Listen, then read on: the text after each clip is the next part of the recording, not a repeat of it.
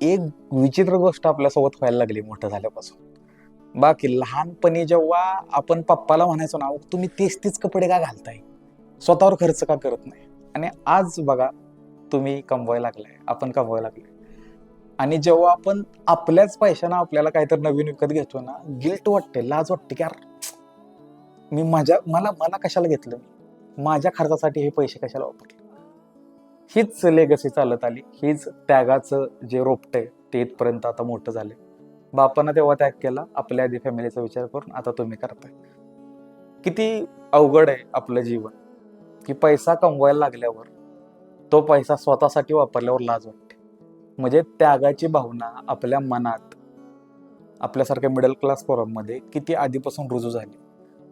आणि आपल्या पैशानं आपण जेव्हा फॅमिलीसाठी काय घेतो, त्यांचा हसू बघून आपलं पोट भरते, पण आपल्यावर घेतल्यावर आपल्याला गिल्ट वाटते.